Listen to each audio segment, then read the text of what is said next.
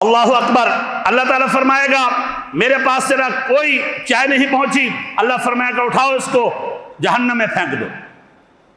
अल्लाहु अकबर।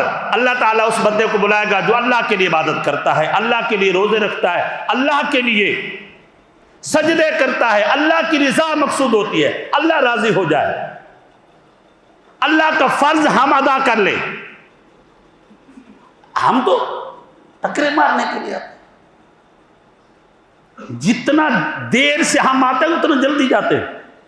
यह भी एक अंदाजा लगा है, जितना देर से जो पार्टी आती है ना, माजरत के साथ, जो पार्टी जितना देर से आती है उतना जल्दी पहले निकल जाती है।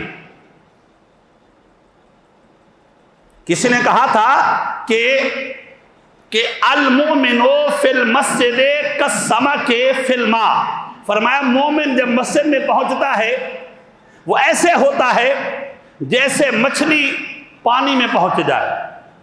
मछली पानी से बाहर आ जाए तो फड़फड़ाती है, उसको सुकून नहीं मिलता, उसको राहत नहीं मिलती, उसको चैन नहीं मिलता।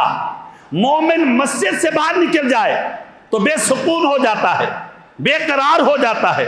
खुदा के घर में बैठा हुआ था, खुदा की पनाह में बैठा हुआ था, शैतानों के हमलों से बचा हुआ था, जिन्नात के हमलों से बचा हुआ था, नफ्स और शैतान के हमलों से बचा हुआ था, खुदा की पनाह में बैठा हुआ था, उसको तो सुकून नहीं मिलता।